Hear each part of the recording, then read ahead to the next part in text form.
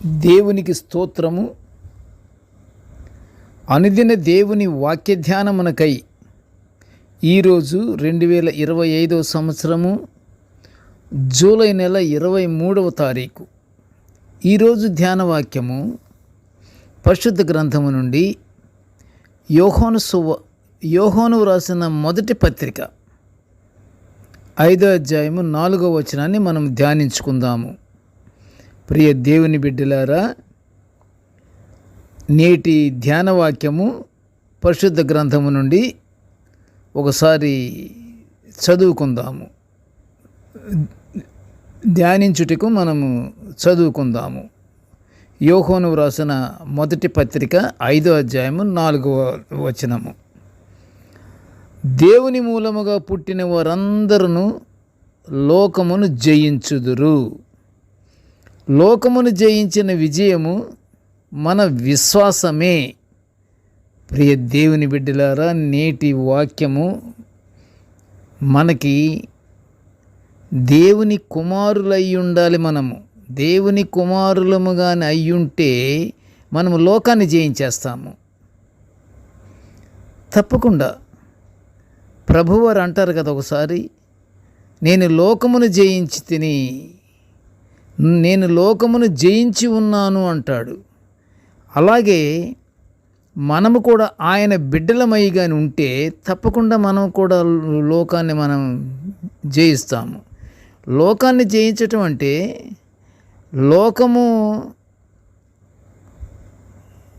మనకి చూపెడుతున్నటువంటి అట్రాక్షన్స్ అవన్నీ లోకరీత్యా, లోకములో మనకి కనిపించే అపవాది క్రియలు అవి మనము వాటిని ఎప్పుడైతే మనము వదులుకుంటామో, వాటి వంక మనం చూడకుండా ఉంటామో, వాటిని గురించి ఆలోచించకుండా ఉంటామో, మనము లోకమును జయించినట్లే. శారీరక క్రియలు, చెడ్డ ఆలోచనలు, చెడ్డ తలంపులు, చెడ్డ మాటలు ఇవన్నీ ఏమి ఉండకూడదు. ఇవన్నీ లేనప్పుడు అతను తప్పకుండా లోకాన్ని జయించినట్లే. అతను అంటే దేవుని కుమారుడై ఉంటాడు. లోకమును జయించిన విజయము మన విశ్వాసమే. విశ్వాసం అంటే అంత గొప్పది. ప్రియ దేవుని బిడ్డలారా, విశ్వాసం అంటే ఒకానొక చోట మనకి పరిశుద్ధ గ్రంథంలో ఏమనుందంటే, అది విశ్వాసం అంటే పరలోక రాజ్యానికి మార్గము. పరలోక రాజ్యానికి అది మార్గము అని చెప్పడం జరిగింది. ఎందుకంటే విశ్వాసము కానీ ఉంటే మనము లోకాన్ని తప్పకుండా జయిస్తాము. ఈరోజు ధ్యానవాక్యము లోకమును జయించిన దేవుని కుమారుల విశ్వాసాన్ని ధ్యానించుకుంటున్నాము. దేవుని కుమారులు లోకమును విశ్వాసము ద్వారానే జయించినట్లు ఈ ధ్యానవాక్యము ద్వారా మనము వినుచున్నాము. విశ్వాసం అంటే ఇక్కడ బాహ్య సంబంధమైన ఆచారాలను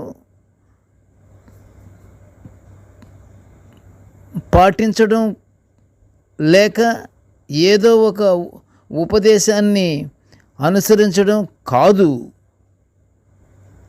అది విశ్వాసానికి ఈ బాహ్య సంబంధమైన ఆచారాలకి సంబంధమే లేదు. అది విశ్వాసం అంటే అది పరలోక రాజ్యానికి రాజమార్గము.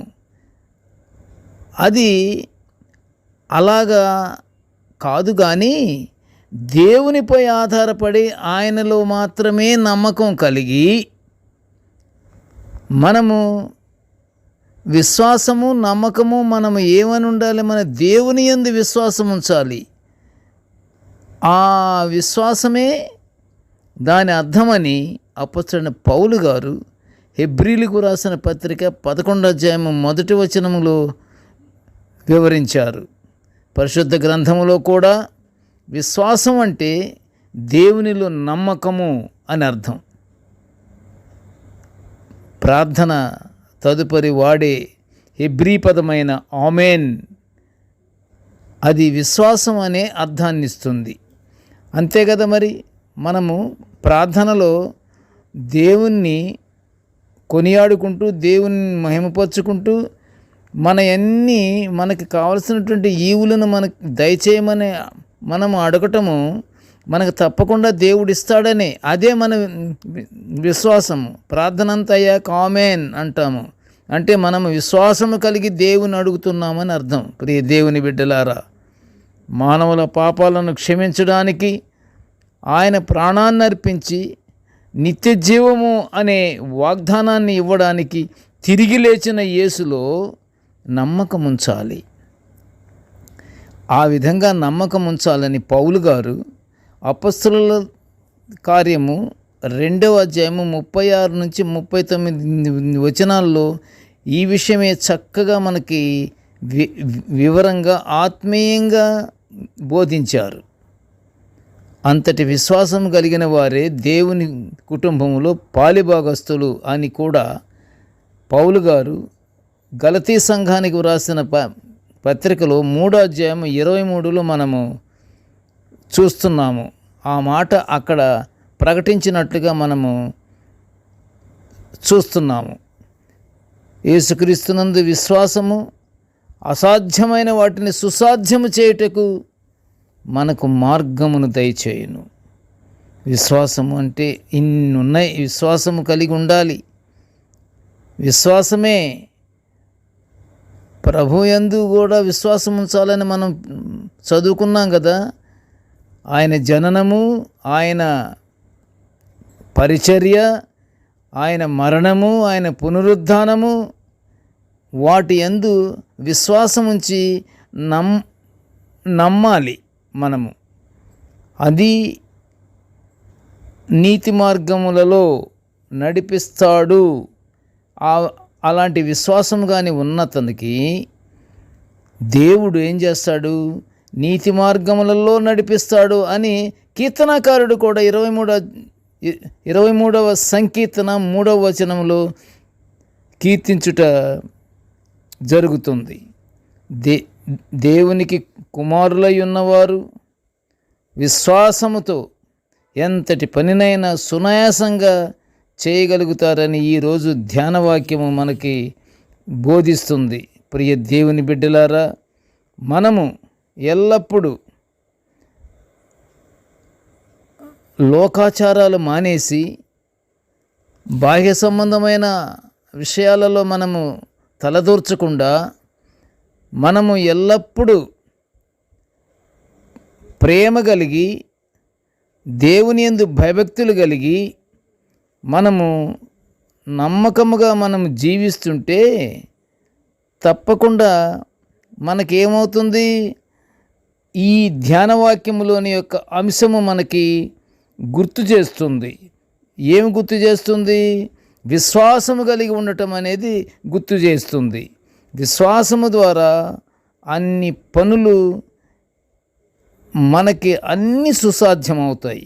కనుక మనమందరము దేవుని యందలి విశ్వాసముతో జీవించుచు ప్రభు యందు భయభక్తులతో ఎడతెగక మనం ప్రార్థనలు మనం చేసుకుంటూ మనం ఏం చేయాలి? పరలోక ఆశీర్వాదాల కొరకు మనము దేవునికి భయపడి దేవునికి భయభక్తులు కలిగి మనము దేవుని యందు నమ్మకముతో మనము ప్రార్థన చేస్తే తప్పకుండా మనకి పరలోక ఆశీర్వాదాలు పొందుకుంటాము. ప్రార్థన చేసుకుందాము. కృపగల నాయన, జీవము గల తండ్రి, నీకు స్తోత్రములు స్తోత్రములు స్తోత్రములు నాయన. ఇదిగో తండ్రి, నీ యొక్క దివ్యమైనటువంటి వాక్యాలను నిత్యము మేము ధ్యానించుకునే ఈ గొప్ప భాగ్యాన్ని మాకు అనుగ్రహించినందుకు నీకు ఘనమైన స్తోత్రములు స్తోత్రములు నాయన. స్తోత్రములు తండ్రి. కృపగల ప్రభువా, నేటి ధ్యాన వాక్యమును వినుచున్న ప్రతి బిడ్డను ఆశీర్వదించయ్యా తండ్రి. మా అందరికీ తండ్రి, ఇదిగో తండ్రి, నీ యందు విశ్వాసముతో మేము జీవించే భాగ్యాన్ని మాకు అనుగ్రహించి ప్రభువా, నీ కృపలో మమ్మలను ఆశీర్వదించమని మేమందరము తండ్రి ఆత్మీయంగా నీ యందు 30దంతులుగాను 60దంతులుగాను 100అంతలుగాను ఫలించి అభివృద్ధి పొందే భాగ్యాన్ని మా అందరికీ అనుగ్రహించమని నాయనా ఈ మనవులన్నీ యేసయ్య పుణ్య నామమున వినయముగా వేడుకొంచుంటున్నాము తండ్రి. ఆమెన్. దేవుడు మనలందరినీ బహుగా దీవించుగాక. ఆమెన్.